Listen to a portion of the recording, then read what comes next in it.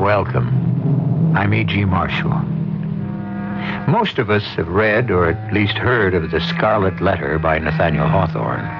But by the time it appeared in 1850, its author, then 46 years old, had been writing and publishing since his graduation from college collections of short stories. It is one of these that we are about to bring you, written long before The Scarlet Letter, and titled The Birthmark.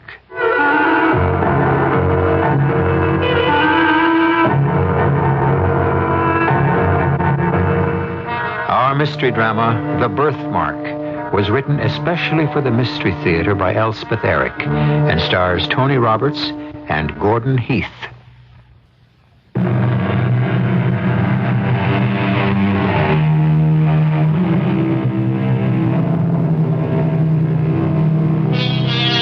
In the latter part of the 18th century, when this country was being born and the recent discovery of electricity and kindred mysteries of nature seemed to open paths into the region of miracle, it was not uncommon for the love of science to rival the love of woman. This is the story of one such rivalry. The great man is late again. Late yesterday, late today, and probably late tomorrow. The laboratory awaits him. The distiller bubbles and waits. The retorts, the tubes, the cylinders, the crucibles, all are immaculate and sparkling, and waiting for him. Soon the glow of the furnace will be red as rubies. All attend upon the appearance of the great man. And where is he? Good morning, Aminadab. A fine morning to you, master. I'm a trifle late. A new bridegroom is permitted a little tardiness. And how is the bride? Georgiana is...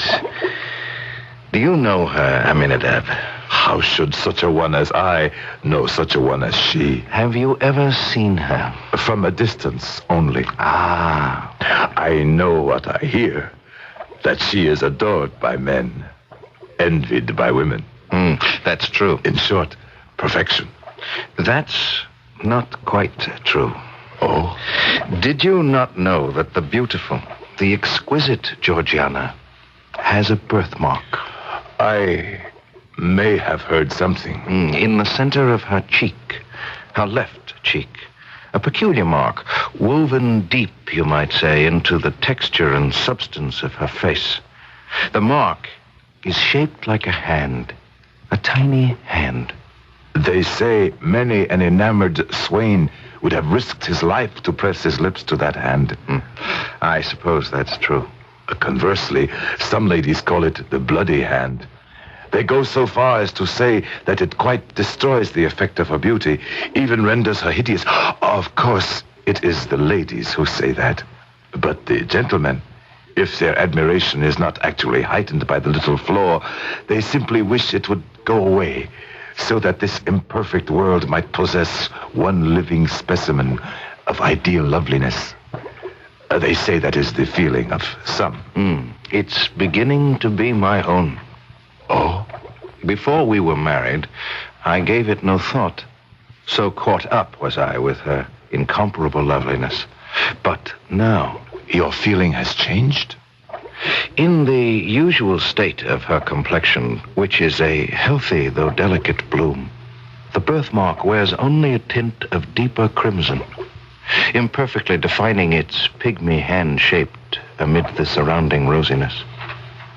When Georgiana blushes, as she so often does, it becomes more and more indistinct, and finally vanishes amid the triumphant rush of blood that bathes her whole cheek with its brilliant glow. But if any shifting motion causes her to turn pale, there is the mark again. A crimson stain upon the virgin snow. If only she were less beautiful, I could forgive it. She is otherwise so perfect. The birthmark disturbs you. I find it intolerable. Intolerable? And more so with each passing moment. The fatal flaw which nature stamps ineffaceably on all her productions. Why must it be so? I will not accept it. It sucks at the very heart of her beauty. It crushes my love for her. It poisons my marriage. I will not accept it. No, never. What can you do, Master, but accept it? Remove it. Remove it? I'm convinced it can be done. That you can do it? Would I entrust my beloved to the coarse, indifferent hands of another? Have you suggested this possibility to your wife? Shortly after we were married, yes. And what was her response? At first she smiled. Then she saw that I was serious. She blushed and said that her birthmark had often been considered one of her charms, and that she herself had been simple enough to imagine it might well be. And so it might. On another face than hers, it might indeed. But not on yours, I told her. You came so nearly perfect from the hand of nature, I said, that the slightest possible defect shocks me as being the visible mark of earthly imperfection. That you should be shocked by her imperfection. Oh, my. Yes, shocked. That was the word that did it. She burst into tears and said I could not possibly love what shocked me. Better we had never married, she said. But try as I might, I could not retract my words. God help me. God help us both. They were true. With that, the great man turns away from me. To hide tears, perhaps.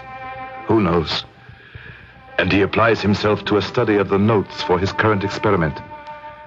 I dare not presume further upon our relationship by pursuing the topic, but the demeanor of the great man continues downcast through the next days.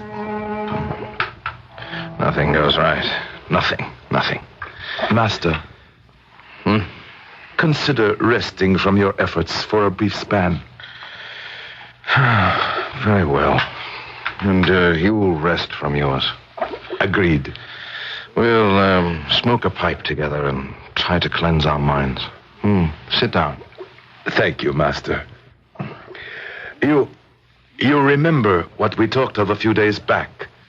Your wife, her birthmark, the possibility of removing it. Yes, I remember too well. It occurs to me that things may be going poorly for you here in the laboratory because your mind is still occupied with that problem. My mind is obsessed with it.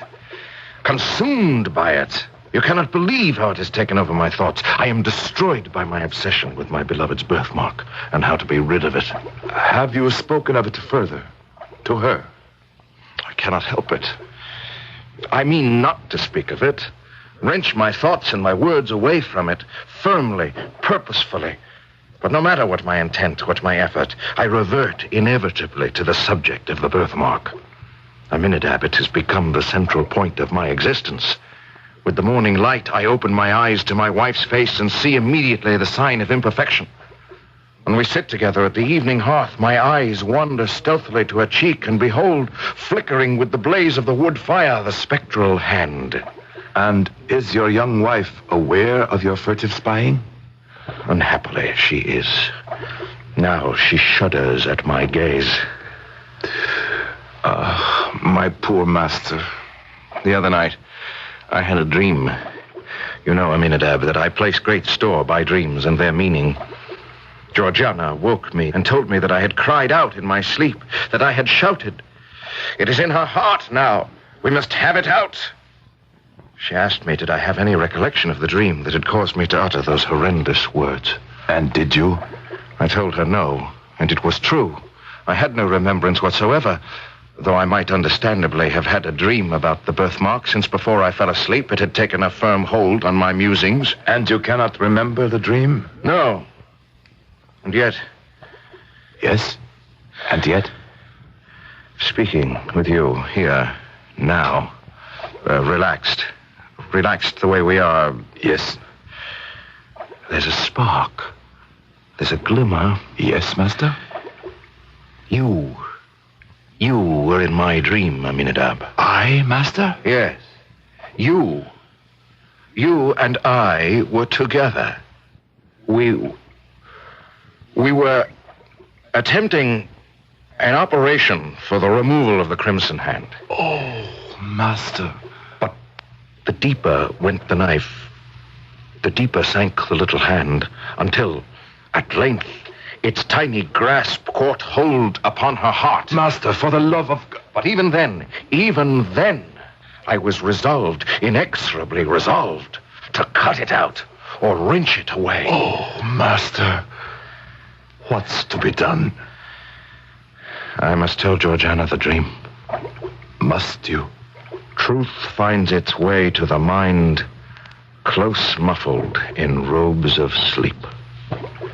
Until now, I had not known of the absolute tyranny this one idea has had over my mind. Until now, I have not known the lengths I might go to give myself peace. Then you are determined. I am a scientist, Aminadab. I cannot think of myself as anything else. And science demands that we follow every scrap of revealed truth, no matter where it leads. The great man sits by the stove. His notebooks have not been opened. The tubes and retorts have not been touched. The chemicals sit upon the shelf. I move quietly about the laboratory. He seems not to know I am here. Master. Oh, Aminadab. You're not disposed to continue the experiment we started some weeks past? Oh, I cannot even remember it. Oh, Master. Aminadab, I have told Georgiana the dream. And what did she respond, if I may ask? She said, Aylmer, I know not what may be the cost to rid me of this fatal birthmark. Perhaps its removal may cause cureless deformity, or it may be that the stain goes deep as life itself. Besides, do we know that a possibility even exists of unclasping the grip of this little hand which was laid upon me before I came into the world? All true. What could you say? I said what I believe, that I am convinced of the perfect practicability of its removal. And then she said, Aylmer, let the attempt be made.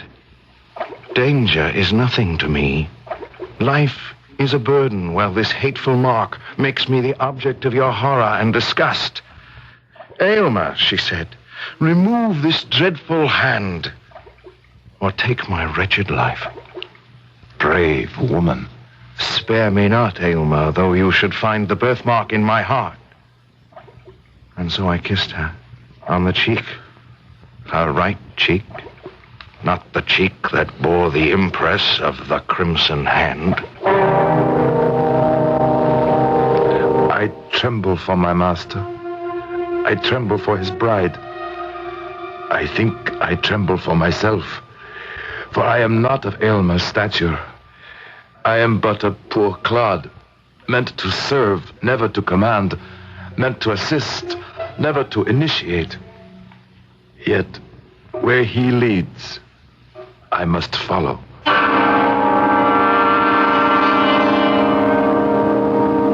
Let me not to the marriage of true minds admit impediment. Love is not love that alters when it alteration finds. Shakespeare wrote that in a sonnet. What would he say of a birthmark in the shape of a tiny hand, and the alteration necessary to remove it, and the insistent desire to do away with it? We'll return shortly with Act Two.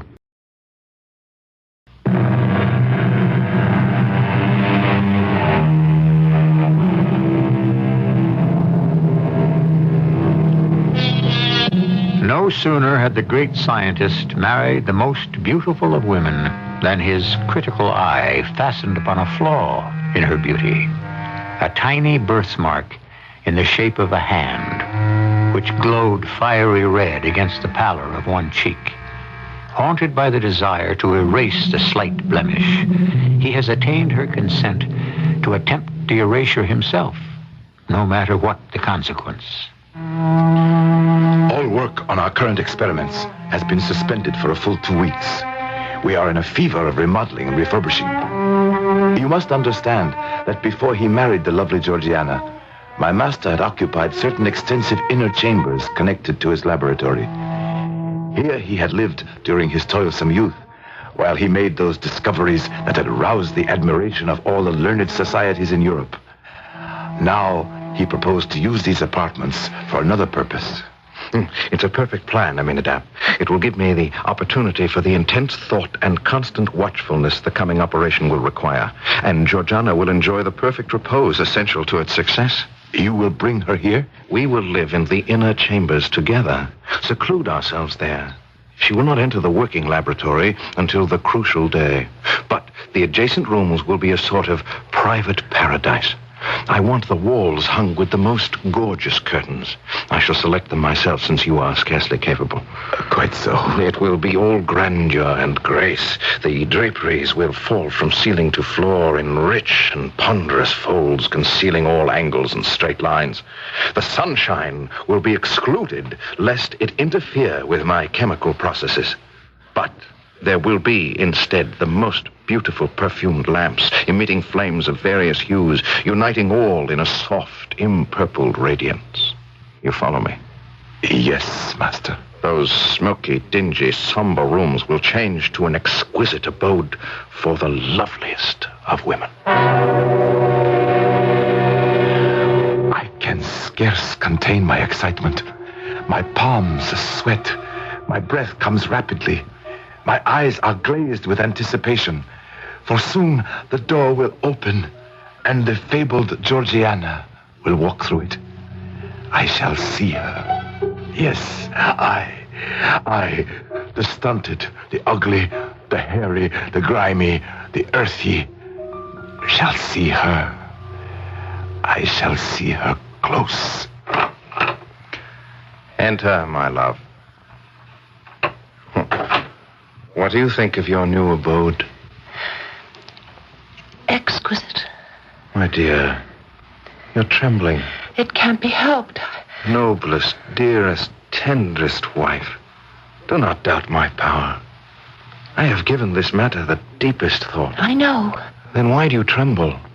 Why are you so cold? Why so pale? You're white as a ghost, my Am love. I? Let me reassure you, dear heart. Come into my arms. Oh, Elmer. There now. No. Oh, do not turn away. Elmer. Aminadab. I'm right here, master. Take her to the boudoir. As Elmer moved close to take her in his arms, the birthmark glowed scarlet on her white cheek, and even as he tried to embrace her, so intense was the glow that he could not hold back a strong convulsive shudder. Seeing the revulsion on her husband's face, Georgiana had cried out and fainted. Now I pick up her still form, cradle it gently in my strong arms, and gently carry it to the boudoir. At last, I stare down into that ineffably lovely face. It is closer to mine than it will ever be again, and I drink in its beauty as I muse to myself, were she my wife, I should never part with that birthmark. Never. I have hardly left her bedside. Aylmer has been working feverishly in the laboratory proper, only summoning me when he needed my brute strength or my delicate accuracy. His slender finger and pale intellectual face bend over his notes, while I, bulky, ungainly, grimed with the vapors of the furnace, crouch in a corner of her boudoir. That is where I am when she wakes from her faint. Elmer. Oh, Elmer. Mistress. Well, Don't be frightened, mistress. Where's my husband? In his laboratory. Hard at work. Oh, yes. The operation to remove this. Oh, mistress, fear not. Who are you? His servant, Aminadab. Privileged to be his assistant from time to time. when he needs my mechanical readiness. But you must have more than that, Aminadab. I have a skill, an ability to execute the details of my master's experiments. But I assure you, mistress, I have not the wit to comprehend the slightest details of any of those experiments. But what do you think of this latest of his experiments?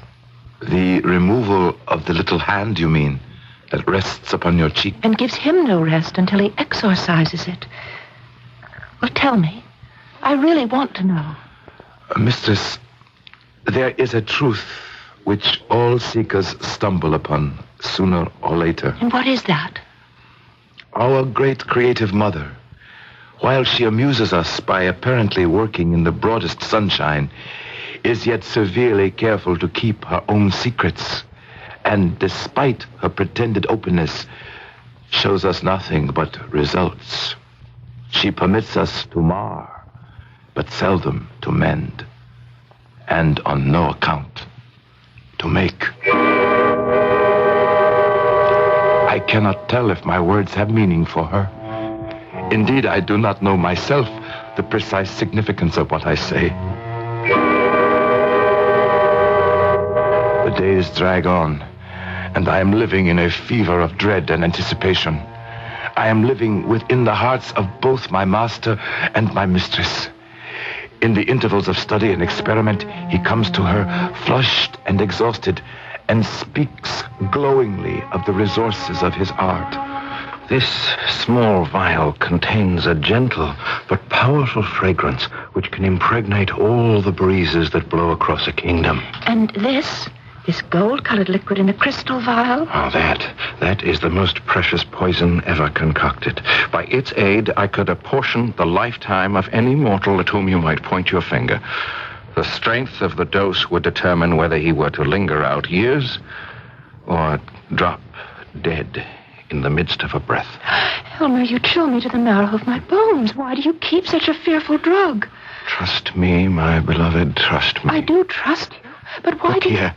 Here is a powerful cosmetic. With a few drops in a vase of water, freckles may be washed away as easily as the hands are cleansed. A stronger infusion would take the blood out of the cheek and leave the rosiest beauty a pale ghost. Is it with this lotion that you intend to bathe my cheek? Oh, no, my darling. No, this is only superficial. Your case demands a remedy that shall go deeper. Far deeper, my sweet girl. Far, far deeper. He has been locked in his laboratory for a full week now, absorbed in his labors. I am crouched in the corner of her boudoir, as I always am when not actively assisting him. She is reading. Beside her bed are ponderous volumes. I recognize them as coming from his scientific library. I dare to approach her where she lies. Have you finished with these books, mistress? Those? Oh, yes. Shall I return them to the shelves? If you like. Albertus Magnus, Cornelius Agrippa. You have been reading the antique naturalists. Paracelsus and the rest. Paracelsus, the great Swiss physician and philosopher of the 16th century. He who speaks of the portals of man's deep within. When one is conquered or thrown off the thraldom of matter in his own body. You have studied him well, mistress.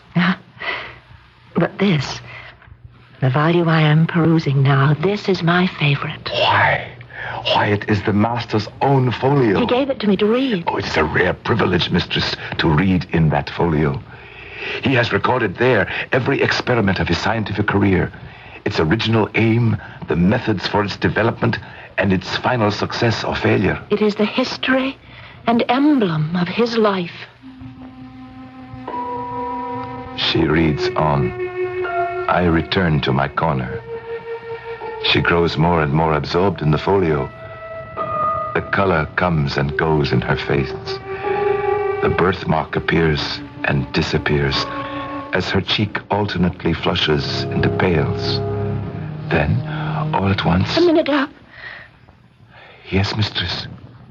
You know that each time he has been with me here, he has inquired as to my sensations, whether the confinement of the room and the temperature of the atmosphere agree with me. Yes, mistress. I've begun to think that I'm being subjected to certain influences that I have been for some time. What influences? I'm not sure. Nor am I sure how they are brought to bear, whether breathed in with the fragrant air or taken with my food. Merely your fancy, perhaps? Perhaps. But if so, then I have another fancy. And what is that? That there is a stirring in my system, a strange, indefinite sensation creeping through my veins, tingling, half painfully, half pleasurably, at my heart. Oh, mistress. Still, when I dare to look into the mirror, there I behold myself, pale as a white rose, still with the crimson birthmark stamped upon my cheek. And I hate it. I hate it. Not even my husband now hates it so much as I. Mistress, sweet mistress. And another thing, something I've told no one, not even Aylmer. Yes, mistress. These past few hours, 2 or 3 perhaps, I've noticed a sensation in the awful birthmark itself. Is it painful? No, not painful. But it induces a certain restlessness throughout my system, a stirring, craving, a desire to...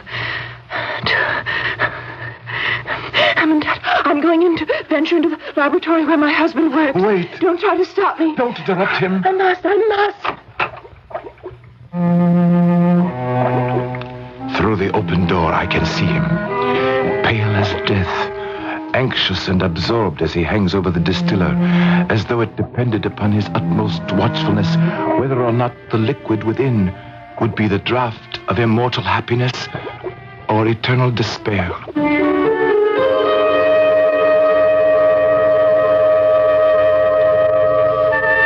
The world of science is one I know little of. The reasoning and the deductions of great scientists are beyond my comprehension. But this I do know. All their arduous journeys to logical deductions, all their fevered experiments along the way, all these descend directly from the ancient, fervid belief in magic. We shall return to you presently with the concluding act.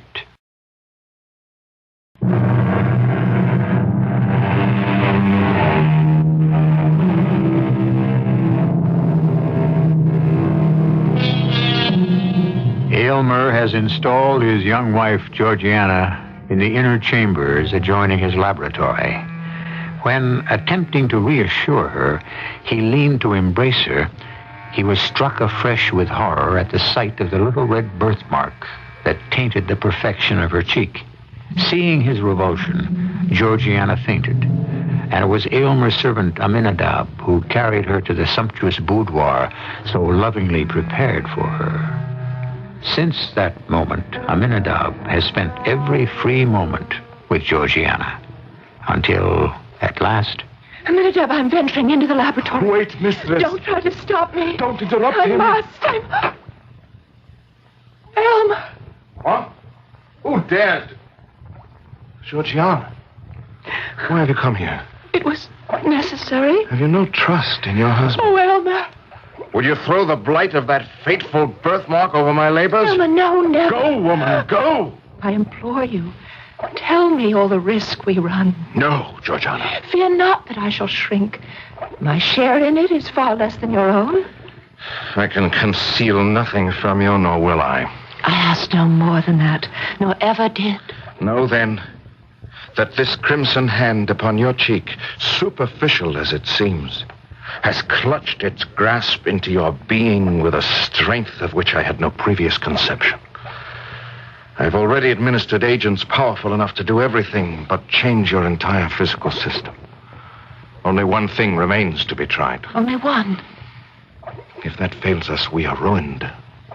But why did you hesitate to tell me this? Because Georgiana, there is danger. Danger? There is but one danger. That this horrible stigma shall be left upon my cheek. Remove it. Whatever the cost, remove it, or we shall both go mad.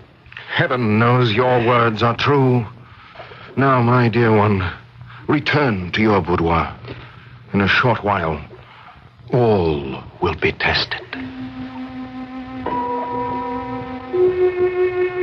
All this I watch from the door of the boudoir. Now he conducts her to her bed, and I watch this too. He takes leave of her with a solemn tenderness which speaks far more than words. How much is now at stake? Aminadab. Aminadab, are you here? I am here, mistress. What is this that hangs over my head? A mirror, mistress. But it is a scant meter from my face. It is a mirror, mistress. The master bade me place it there. Oh, I see now. I see my face, and I see the despicable birthmark as well. Do not dwell upon it. No. I shall muse upon more easeful things. My husband, for example. A great man. His character. His love for me. He does indeed love you. I never knew till now how much he loves me.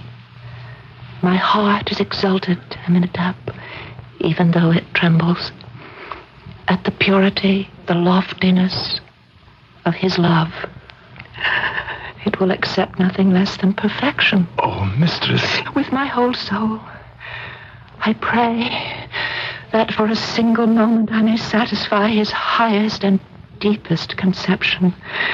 Longer than a moment I know it not possible to be, for his spirit is ever on the march, ever ascending, each instant requiring something that lies beyond the scope of the instant before. Georgiana. My dear, Elmer? the concoction of the draft has been perfect. Unless all my science has deceived me, it cannot fail. Were it not for you, my dearest husband, I might wish to put off my birthmark of mortality by relinquishing mortality itself. Life is a sad possession to those who have attained the degree of moral advancement at which I stand. Were I weaker and blinder, it might be happiness. Were I stronger, it might be endured. But being what I find myself to be, methinks I am of all mortals the most fit to die. Why do we speak of dying? The draft cannot fail. Give me the goblet. Georgiana. I joyfully stake all upon your word. Drink, then. Drink. The liquid is like water from a heavenly fountain. Now, my dearest, let me sleep. My earthly senses are closing over my spirit like the leaves around the heart of a rose at sunset.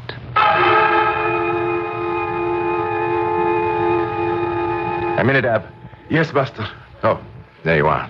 Come here. Yes, master. Fetch me my folio volume. It is right there, master, by her bed. She was reading in it.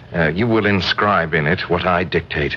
I shall watch her for symptoms and relay them to you. Yes, master. I am ready. Her cheeks are flushed. Cheeks flushed. Be sure to note down the precise time of each entry. Yes, master. Breath is slightly irregular. Slightly irregular breath. Left eyelid quivers. Left eyelid. A tremor barely perceptible, but a tremor through the frame. All the while, the great man fails not to gaze at the fatal crimson hand, and not without a shudder of disgust. Aminadab, do my eyes deceive me? Is the crimson hand more faintly outlined? It has faded a trifle, master. Yet she is pale as ever. But the birthmark is less distinct. I shall conquer. I shall conquer. I know it. I shall conquer. The presence of the Scarlet Hand has been awful, God knows. But its departure is more awful still. Watch the stain of a rainbow fade out of the sky, and you will know of the passing of the birthmark. By heaven, it is well nigh gone. I can scarcely trace it now. Success! Success! Yes, success. Now it is like the faintest rose color. The lightest flush of blood across her cheek would overcome it. But she is so pale. Draw the window curtain. Suffer the light of natural day to fall into the room and rest upon her cheek. Yes, master. I mean it out. You served me well. You and I, matter and spirit, earth and heaven, both have done their part in this. Laugh, you thing of the senses. You have earned the right to laugh, and so have I. Success is ours, yours and mine. His wild exclamations break her sleep. Slowly she uncloses her eyes and gazes into the mirror above her face, which he has arranged for and I have set up. A faint smile flits over her lips when she recognizes how barely perceptible is now the crimson hand which had once blazed forth with such disastrous brilliance as to frighten away their happiness. But now her eyes seek his face with a look of trouble and anxiety. My poor Aylmer. Poor, nay, richest, happiest, most favored. Dear love. My peerless bride, it is successful. Dearest husband. You are perfect. You have aimed loftily. You have done nobly. Georgiana, my precious wife. Oh, Aylmer. Dearest Aylmer. I am dying. Alas, it is too true. The fatal hand has grappled with the mystery of life, had been the bond by which an angelic spirit kept itself in union with a mortal frame. The last crimson tint of the birthmark, that sole token of human imperfection, fades from her cheek.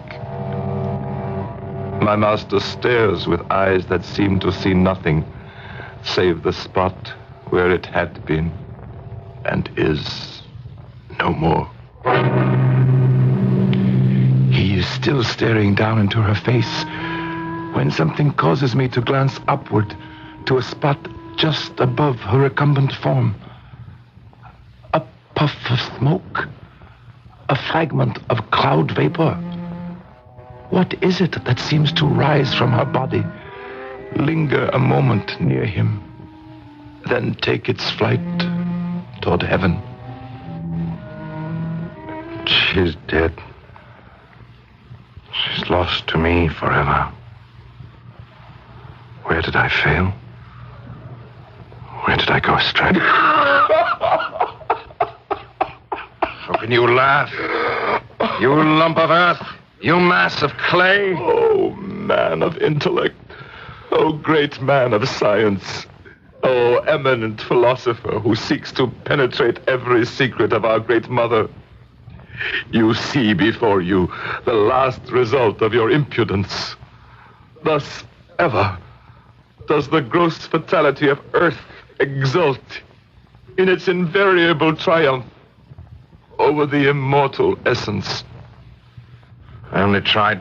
Had you, oh great man, reached a profounder wisdom, you need not thus have flung away the happiness which would have woven your mortal life of the self-same texture with the celestial. I only wish... A momentary circumstance was too strong for you. You did not look beyond the shadowy scope of time, and living once and for all in eternity, you failed to find the perfect future in the present. I pity you, great man. from the depths of my soul. You loved her. You loved her. You. I loved her. Yes. Just as she was. I loved her. Just as God sent her into this world. I loved her. And would have loved her all my days. What have I done? What have I done? What men of your stamp must inevitably do. You have pursued your dream, followed your star. That is what you have done, Master. Given what you are, that is what you must always do.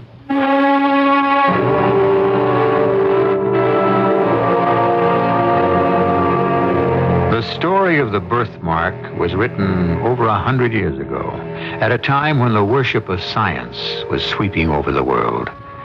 In the last century, this worship has grown to a frenzy. We bow before its power. We refuse to believe that it cannot resolve all our woes. When will we learn that science is not a god? That it was never meant to be worshipped? That it is our servant only, never our master? I'll be back shortly.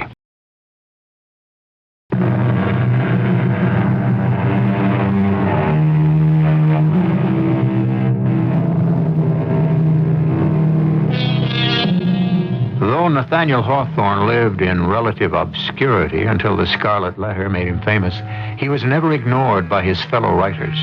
Longfellow admired him hugely, and so did Herman Melville. And Edgar Allan Poe called him the example par excellence of the privately admired and publicly unappreciated man of genius. Our cast included Tony Roberts, Gordon Heath, and Marion Seldes.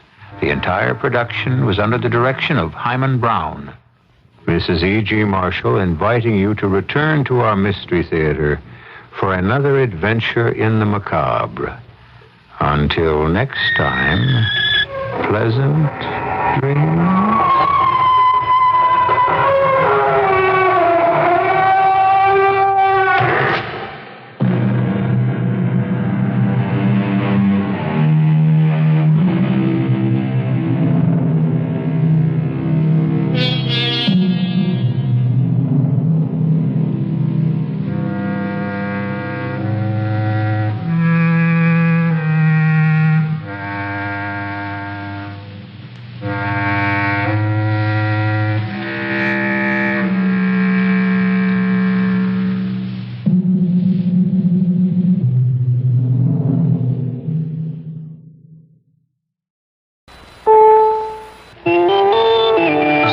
News. Forest fires continue to cause big problems in the West, but in some areas, firefighters are starting to win their battles.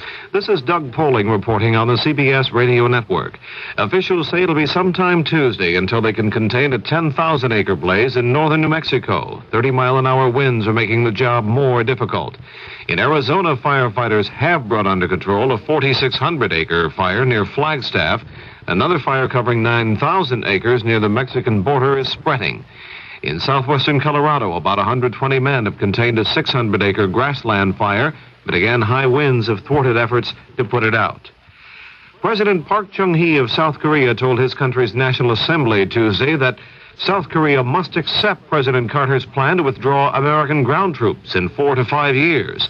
Park says he believes the U.S. should maintain its present strength until peace is firmly established or the danger of renewed hostilities with North Korea markedly decreases. More news in a moment. The 800-mile, $8 billion Alaska oil pipeline went into operation Monday. A report from Dennis Cook of CBS affiliate KBYR in Anchorage. Oil is flowing smoothly along the Trans-Alaska pipeline, and only a few gallons have spilled, mostly because of leaky valves. The president of Alyeska Pipeline Service Company, Dr. William Darch, expressed pleasure with the first day's operation. Currently, we are routing all the oil from the producers, which is being produced at the rate of 120,000 barrels a day, directly into the pipeline. So the producers' pumps, in fact,